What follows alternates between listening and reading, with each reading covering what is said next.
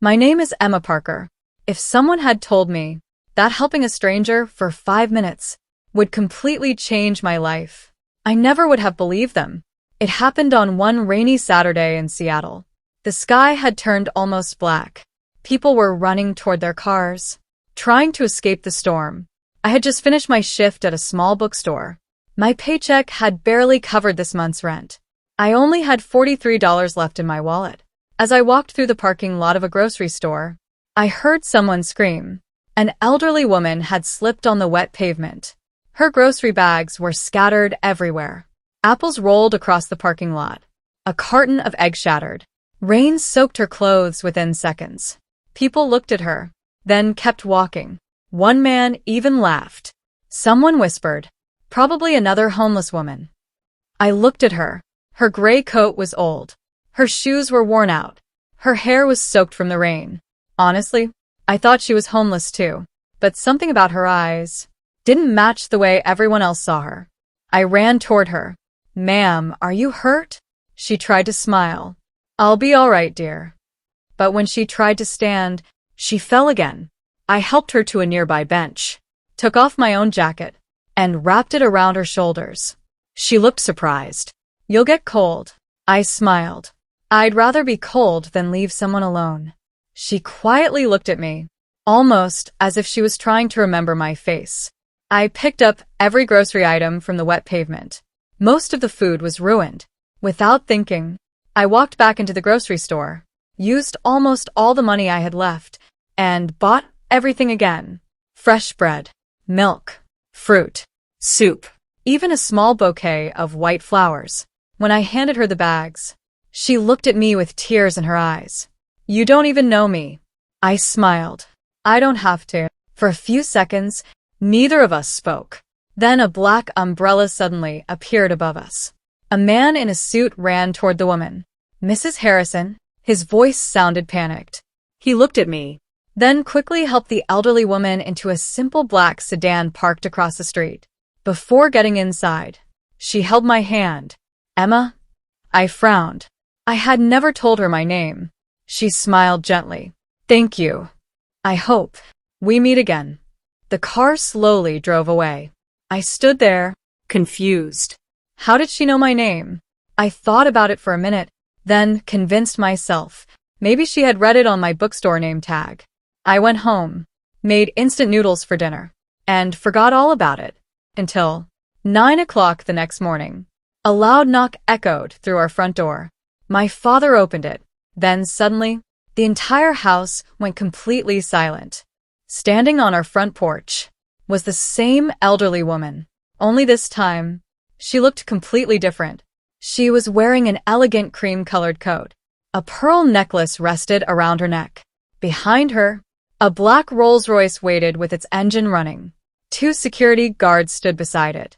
And next to her was a tall man in his early 30s. Perfectly tailored navy blue suit. Confident. Calm. The kind of man people immediately noticed when he walked into a room. My father looked confused. "Can we help you?" The elderly woman smiled warmly. "I'm Margaret Harrison. I came to thank your daughter." My mother invited them inside. Our tiny living room suddenly felt even smaller. The expensive suits, the polished shoes, the luxury car outside. Nothing belonged in our quiet middle-class neighborhood. Margaret looked at me and smiled. "I hope you don't mind the surprise." I laughed nervously. "I honestly thought I'd never see you again." She looked around the room, then quietly said, "Yesterday, everyone believed I was poor. My appearance made it easy, but your daughter never judged me." She reached into her handbag, placed Emma's jacket carefully on the table. It had already been dry cleaned, folded perfectly. I've spent my entire life building businesses. But yesterday, I learned something about character. My parents exchanged confused glances. Then the man beside her finally spoke. "My name is James Harrison. I'm Margaret's son." He smiled politely. "Thank you for helping my mother." I smiled back. It wasn't a big deal. James looked directly into my eyes. "It was. If you hadn't stopped, she could have suffered a serious head injury." Margaret slowly stood up.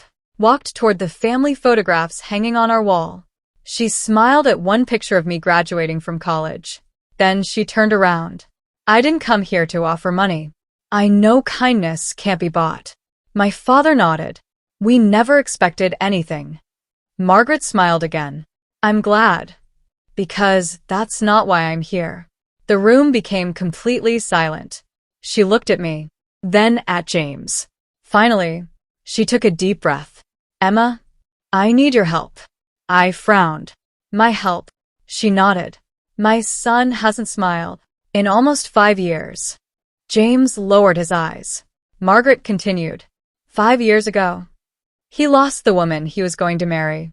She died in a car accident 2 weeks before their wedding. The room fell silent. Since that day, he buried himself in work. He trusts no one. He barely speaks. He refuses every invitation, every friendship, every chance to start living again. I quietly looked at James. His face didn't show emotion, but his eyes, they looked exhausted. Margaret slowly walked toward me. I watched the way you treated a stranger yesterday. There wasn't pity in your eyes. There was compassion. She gently held my hand. I'm not asking you to fall in love with my son. I'm asking you to help him remember how to live again. Before I could answer, James finally looked up. His voice was calm. My mother doesn't know this, but I've already decided. This is a mistake. He stood up, buttoned his jacket, and walked toward the front door. Just before leaving, he turned back, looked directly at me, and quietly said, "You should stay as far away from my family as you possibly can." Then he walked out, leaving every one of us completely speechless. James's words echoed in my mind long after the Rolls-Royce disappeared. You should stay as far away from my family as you possibly can. It didn't sound like a warning. It sounded like a plea. That night, I couldn't stop thinking about him. Not because he was handsome, not because he was wealthy, but because, for a brief second, I had seen something in his eyes. Fear. The following afternoon, My phone rang. it was Margaret. Emma, I know James was rude yesterday, but would you do an old woman one small favor? I hesitated. What kind of favor? Have lunch with him. Just once. No pressure. If he walks away after 5 minutes, I'll never ask you again. Against my better judgment, I agreed. The next day, I arrived at a quiet restaurant overlooking Elliott Bay. James was already there.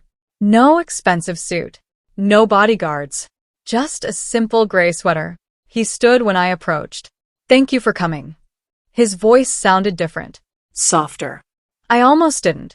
I know. For several minutes, neither of us touched our food. Finally, James broke the silence. My mother thinks you can fix me. She can't. I smiled politely. I didn't come here to fix anyone. That was the first time. A tiny smile appeared on his face. You really are different. I laughed. You've known me for exactly 2 minutes. I knew enough yesterday. He looked out toward the water. You know why I told you to stay away? I slowly shook my head. Because everyone who gets close to me ends up getting hurt. I frowned. What does that mean? Before he could answer, his phone suddenly rang. He looked at the screen. The color disappeared from his face. He stood up immediately. I have to go. What happened? He looked directly into my eyes. My mother. Then his voice dropped to a whisper. Someone just tried to kidnap her.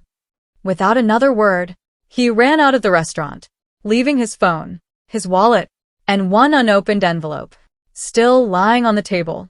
Curiosity got the better of me. On the front of the envelope, someone had written my name, Emma Parker. My hands started shaking. I slowly opened it. Inside, There was only one photograph. It was taken yesterday, outside my parents' house. It showed me, standing beside Margaret. Across the bottom, someone had written 5 words.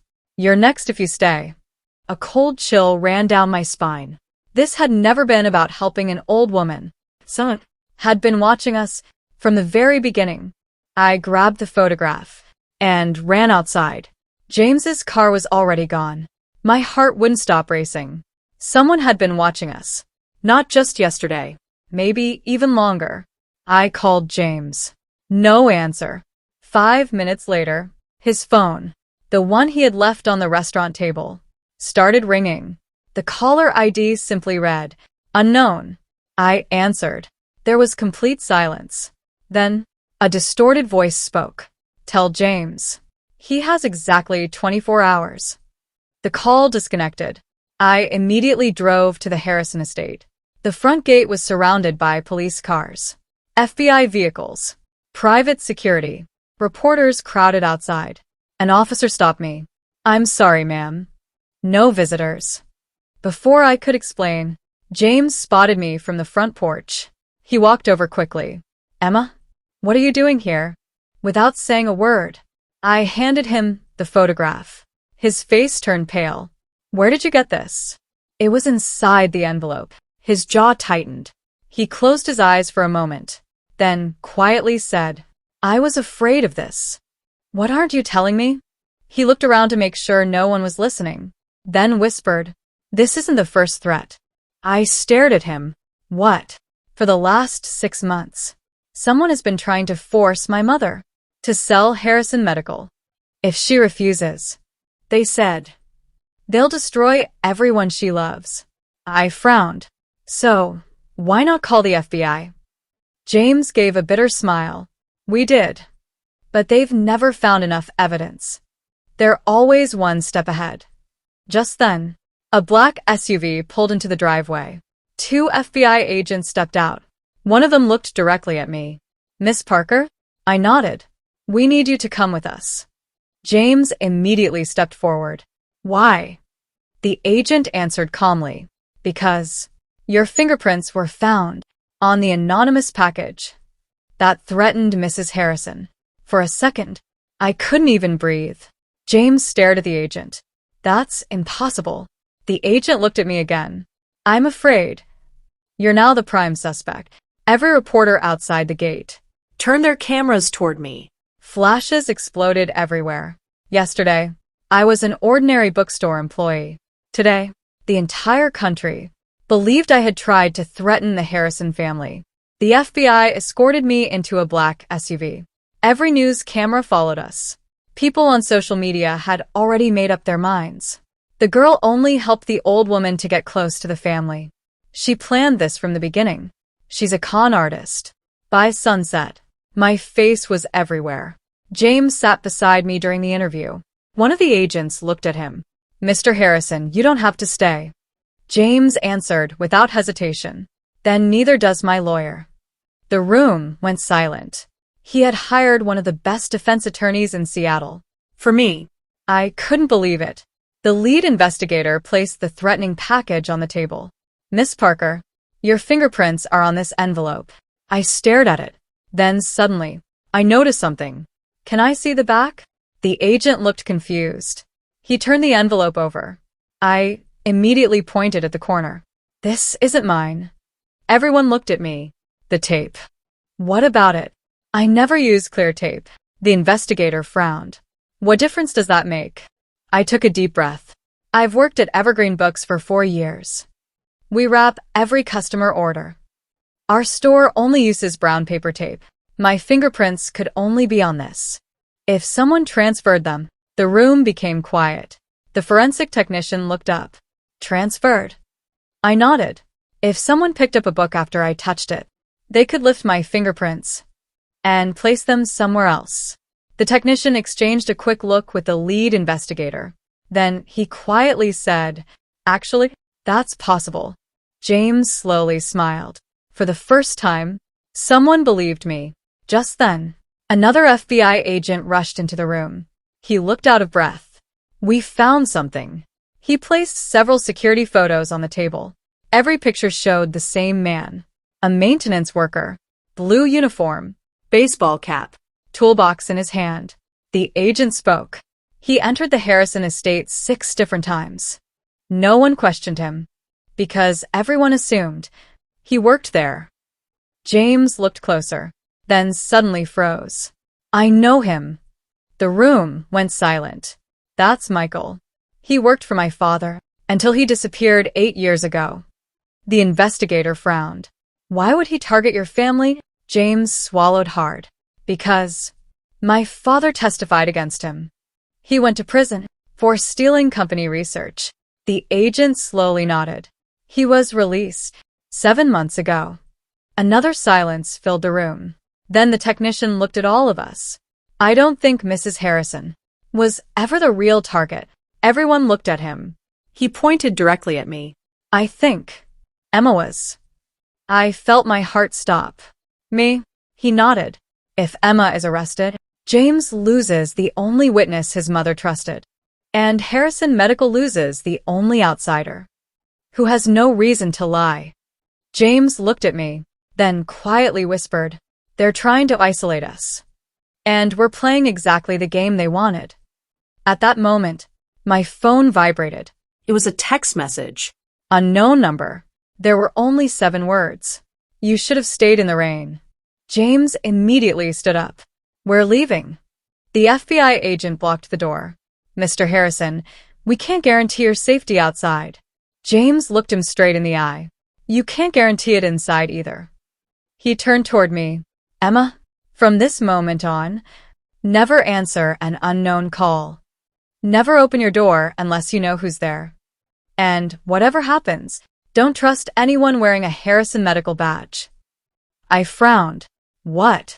Before he could explain, the lights inside the FBI building suddenly went out. Everything went dark.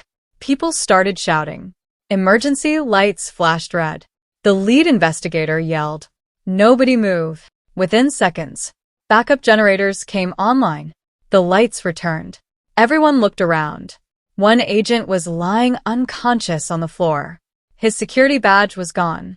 So was the evidence box, the threatening envelope, the fingerprints, the surveillance photographs. Everything had disappeared. The investigator slammed his fist against the table. Damn it. James grabbed my hand. We have to leave. The FBI escorted us through a private exit. As we reached the parking garage, James stopped walking. His face suddenly turned pale. His black SUV had been completely destroyed. Every window shattered. The tires slashed. Spray-painted across the driver's door were 4 words. You saved the wrong person. A cold chill ran through my body. I whispered, what does that mean? James didn't answer. Instead, he looked toward the security cameras. Every single one had been spray-painted black. Someone had planned this. Someone knew exactly where we were. Just then, Margaret's personal driver came running toward us. Out of breath. Mr. Harrison. James turned around. What happened? The driver struggled to speak. Mrs. Harrison. She's gone. James froze. What do you mean, gone? We checked every room. Her phone, her purse. Everything is still there. But Mrs. Harrison has disappeared. My heart started pounding. James immediately called his mother's phone. It rang. Once, twice, 3 times. Then someone answered. Neither of us spoke. A calm male voice finally said, if you ever want to see your mother alive again, bring Emma Parker. And come alone. The call ended. James slowly lowered the phone. He looked at me, his voice barely above a whisper. They were never after my mother. They were after you. And now, they're using her to get to you. I stared at him in complete shock. I've never even met these people. James looked directly into my eyes. I know, which means there's something about your past that neither of us knows yet. I couldn't remember anything unusual about my past. I had grown up in Seattle, worked hard, stayed out of trouble. There was nothing worth kidnapping someone over. James started the car. We're going to see someone. Who? My mother's attorney. He knows things she never told anyone else. 30 minutes later, we arrived at a small law office. An elderly lawyer opened the door. The moment he saw James, his face turned white. I was hoping I'd never see you here. James frowned. What does that mean? The lawyer quietly locked the office door, Then looked at me. So, you're Emma Parker. I nodded. He opened an old steel cabinet. removed a thick sealed envelope. Across the front were 6 handwritten words. Only if Emma Parker is found. My heart stopped. How does my name? The lawyer interrupted. Mrs. Harrison left this with me 23 years ago. James stared at him. 23 years? The lawyer nodded. She told me, if a young woman named Emma Parker ever entered your family's life, I was to give this envelope to both of you. He slowly broke the seal. Inside was an old photograph. A hospital room. 2 newborn babies. One was James. The other, a little girl. The lawyer placed another paper on the table. Birth certificate. I looked at the name. Emily Grace Parker. Date of birth. Exactly 1 day after James. My hands started shaking. The lawyer quietly spoke. Emma? Emily was your older sister. I looked at him in confusion. I never had a sister. You did. But she disappeared. When she was only 3 years old. The room fell completely silent. James looked at me. I've never heard any of this. The lawyer nodded. Very few people have. He continued. Your parents searched for years. The police never found her. Mrs. Harrison secretly paid private investigators. For almost 20 years. I couldn't believe what I was hearing. Why would she do that? The lawyer looked toward the window, then quietly answered. Because Mrs. Harrison believed your sister wasn't kidnapped by strangers. She believed someone inside Harrison Medical took her. The room became completely silent. James whispered, That's impossible. The lawyer slowly shook his head. I wish it were. He reached into the envelope one final time, pulled out a faded photograph. A little blonde girl, holding the hand of the same maintenance worker, Michael, the man the FBI had identified. Across the back of the photograph, someone had written one sentence. She remembers more than you think. At that exact moment, the office windows exploded inward. Glass flew across the room. A masked man shouted, Get the girl. Everything happened in seconds. James shoved me behind his desk. The lawyer hit the floor, and 3 armed men stormed into the office. James tackled the first attacker before he could reach me. The gun slid across the wooden floor. The second man grabbed my arm. I screamed. Before he could pull me away, the elderly lawyer swung a heavy bronze lamp into his shoulder. The man crashed into a bookshelf. Books scattered everywhere. The third attacker raised his weapon. Then, 2 loud shots echoed through the office. Not from the attackers. From outside. FBI agents stormed through the shattered doorway. Federal agents. Drop your weapons. Within seconds, 2 attackers were arrested. The third escaped through the back alley. James immediately ran to me. Are you hurt? I shook my head. I'm okay. The lawyer wasn't. A piece of broken glass had cut deeply into his arm. As paramedics treated him, he grabbed James's sleeve. His voice was weak. There's one more secret. James leaned closer. The Harrison family was never their final target. James frowned. Then who was? The lawyer slowly looked at me. Emma. Everyone in the room turned toward me. I couldn't understand. Why me? The lawyer reached into his jacket, pulled out a small brass key. This. Open safe deposit box 314. Downtown Seattle National Bank. He pressed the key into my hand. Everything you need is inside. Before anyone could ask another question, His eyes slowly closed. the paramedics rushed him onto a stretcher. James looked at me. We're going to that bank. An hour later, the FBI surrounded the entire building. They unlocked safe deposit box 314. Inside, there wasn't any money, no jewelry, no family heirlooms, just one old VHS tape, a notebook, and a sealed DNA report. The investigator carefully opened the notebook. The first page was written by Margaret Harrison. If you're reading this, then they finally found Emma. My hands started shaking. James quietly continued reading aloud. 23 years ago, a medical experiment was secretly conducted inside Harrison Medical. It was illegal. It involved children. My husband tried to expose it. They silenced him. The room became completely silent. James looked horrified. My father? The notebook continued. They kidnapped one child, Emily Parker. They believed she had died. But she escaped. I looked at the investigator. You said Emily was my sister. He slowly nodded. According to this, she survived. James opened the DNA report. His face suddenly turned pale. He looked at me, unable to speak. What is it? He handed me the report. Across the top, in bold letters, it read, DNA match confirmed. Emily Grace Parker. Current legal identity, Emma Parker. The room disappeared around me. I couldn't breathe. I wasn't Emily's sister. I was Emily, the little girl everyone believed had vanished forever. And somewhere, the people responsible had just realized I finally knew the truth. Everything suddenly made sense. The nightmares, the flashes of memories, the fear I could never explain. I wasn't remembering someone else's life. I was remembering my own. The FBI immediately sealed the bank. Within hours, the old VHS tape was restored. Everyone gathered in a secure conference room. James sat beside me.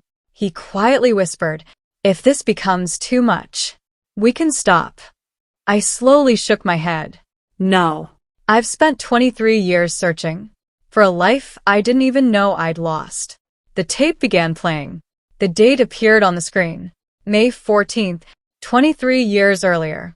A little blonde girl, 3 years old, sat inside a hospital room. She was smiling, holding a stuffed rabbit. I felt tears fill my eyes. That's me. A doctor entered the room. Behind him stood Michael, the same man, only much younger. The recording continued. One sentence changed everything. The doctor looked directly into the camera. Subject Emily Parker. Trial number 17. James stood up. What trial? The lead FBI investigator paused the video. His face was pale. Harrison Medical never approved this. This was a secret operation. The tape continued. Several executives discussed selling illegal medical research to foreign companies. Children had been used to hide financial transactions and fake identities. Emily had accidentally witnessed everything. That's why she disappeared. She wasn't kidnapped for ransom. She was kidnapped because she had seen the wrong people. The investigator suddenly stood up. We know where Michael is. Everyone looked at him. He owns an abandoned warehouse outside Tacoma. James immediately grabbed his jacket. We're going. The FBI tried to stop him.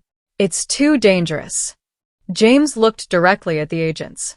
She spent 23 years running from these people. It ends tonight. An hour later, federal agents surrounded the warehouse. Helicopters circled overhead. Spotlights lit the building. Inside, Margaret was tied to a chair. Michael stood beside her. He smiled. As we walked in, I wondered how long it would take. James stepped forward. Let my mother go. Michael laughed. I don't care about your mother. He slowly pointed at me. I only want Emily. Every FBI weapon aimed toward him. But he wasn't afraid. He looked directly into my eyes. You know what's funny? I never hated you. You were just the wrong child. Silence filled the warehouse. Then, Margaret suddenly shouted, Emma! Behind him, Michael turned for a split second. James charged forward. The FBI moved at the same time. Within seconds, Michael was on the ground, handcuffed. His 23 years of running were finally over. As agents led him away, he looked back at me. For the first time, he wasn't smiling. 3 months later, every person involved in the conspiracy was convicted. The stolen research was recovered. The victims received justice. Margaret fully recovered. James stepped away from the company. Instead, he rebuilt Harrison Medical into a non-profit organization dedicated to protecting children in medical research. One evening, we returned to the same grocery store parking lot, the place where everything had started. Rain was falling again. James smiled. Funny, isn't it? If you hadn't stopped, none of this would have happened. I smiled back. I thought I was helping a stranger. James gently took my hand. You were. You just didn't know. It was about to help you find yourself. 6 months later, we stood in a small church, surrounded by family, friends, and the people whose lives had been changed forever. There were no reporters, no cameras, no headlines, just peace. As I looked at James, I realized something. I hadn't found happiness because he was a millionaire. I found happiness because he stayed. When learning the truth would have made most people walk away. Sometimes, one small act of kindness doesn't just change another person's life. Sometimes, it brings your own life Back to you.